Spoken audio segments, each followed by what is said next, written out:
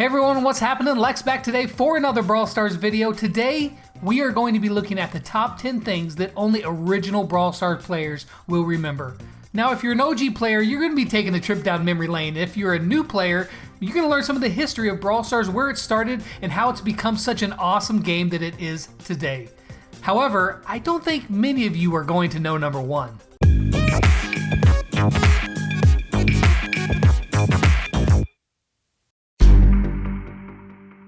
Now, Brawl Stars has a history of when brawlers are in playtesting, they often have different skins and names. They're just there basically for mechanics. And when Pam was about to be released, the Brawl Talk where she was announced, her name wasn't Pam. Oh, no, it was Mama J. That's right. If you see this image right here, it shows Pam in the Brawl Talk and her icon clearly says Mama J.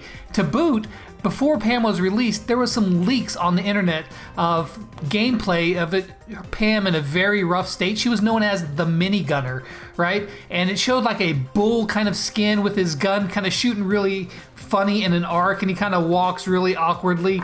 But that was the Mini Gunner before it was Mama J, before she became Pam. Now, when Brawl Stars very first launched, you could actually buy the brawlers with a currency they called chips. You got these chips from getting duplicate brawlers. That's right, you could get duplicate brawlers, but if you already had, say, Ricochet, and you got a Ricochet, you would just get chips instead of the actual brawler because you already had it.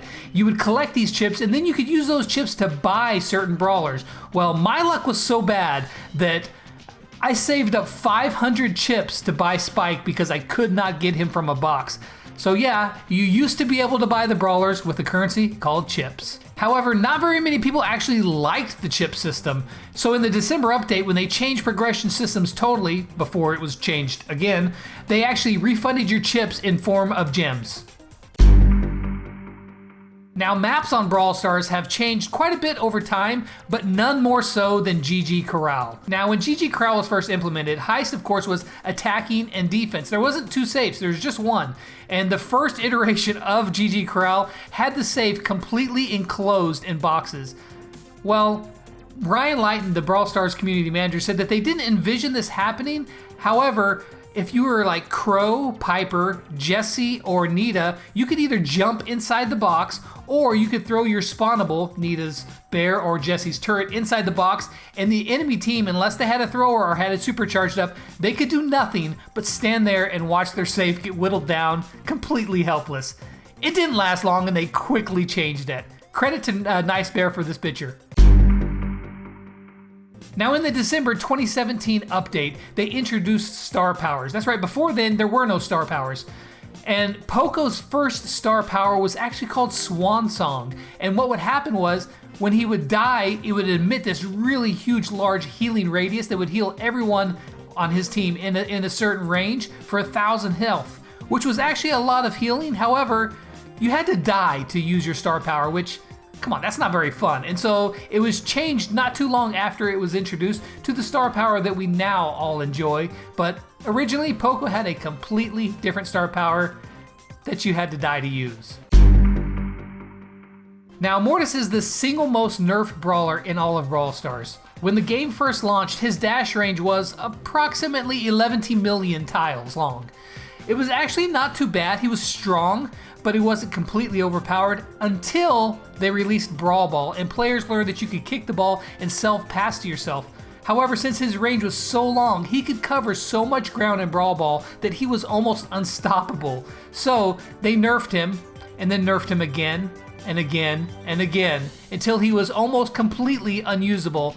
He's since received some buffs, but he's still not in the best state, but it's pretty close. But back in the OG days, Mortis could dash probably at least twice as far as he can now, and it was pretty awesome. Now, when the game first launched, Bo was an epic brawler, and parenthetically speaking, he was the first one that I ever maxed out. In the December 2017 update, he got downgraded to a super rare brawler. Also around that timeline, he could actually throw down 4 mines at a time, and it was crazy strong. Bo was everywhere, and if you got near his mines and it just started bouncing, you were done. You were done. So they nerfed him, brought back the 3, and now he's not even a super rare. He is a league reward brawler that you get at 3,000 trophies. So Bo has enjoyed the nice descent from an epic to a league reward brawler. Now, as the meta changes, some brawlers get better, some get worse, and they get rearranged, which is great for the game. However, when the game first launched, El Primo was a beast. He was actually one of the best brawlers in the game, was almost unstoppable. His shots actually shot like in an arc. They weren't straight ahead. The animation was different, not quite as cool. It's been polished a lot since then.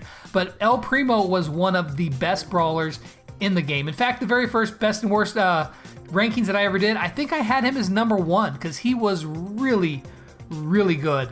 But now Primo is basically useless outside of Brawl Ball, so went from one of the best to now one of the worst. Sorry, Primo. Speaking of overpowered brawlers, when Piper was first released, she was ungodly. Her shots did so much damage. It was just ridiculous how awesome she was. Even I could play Piper good at that point, and Piper's always been one of my worst brawlers. However, it was tap to shoot back then. But yeah, Piper, when she first came out, was ridiculous and was shortly thereafter nerfed a couple times to bring her down where she is now. Now this one's going way back, but there used to be a mode in the game called Co-op Brawl. What you could do is you could queue into a game with your friends. It's kind of like practice now against bots, but you could play with your friends against the bots. I guess if you needed to feel better about yourself and beat down some bots, I don't know, but it was so unused. Almost no one played it that they removed it from the game and has never returned. And the number one thing that only OG Brawl Stars players will remember, and actually, I don't even know if you guys will know this one, but Brawl Stars was originally set in outer space. That's right, it was going to be an outer space Brawl Stars game, and actually still in the game files to this day, or at least last time I saw, there are files that still reference aliens and planets and different planet campaigns, so they're still in there somewhere. Will they ever come back?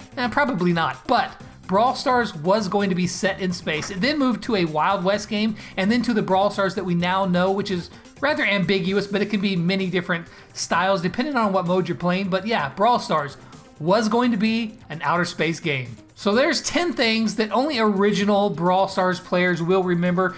In the comments down below, I want you to tell me, how many of these did you remember? Do you have any great memories of Brawl Stars that you think only OG players remember? Let me know in the comments down below. I'll have a lot of fun reading those. I hope you guys enjoyed the video, and as always, until next time, I'll catch you guys on the flip side. Lex out. Did you know that every time you don't watch one of those videos or subscribe to me, a unicorn dies? I mean, think of the unicorn, guys. Unicorn lives matter too. Save a unicorn. Go watch a video or subscribe. Do your part.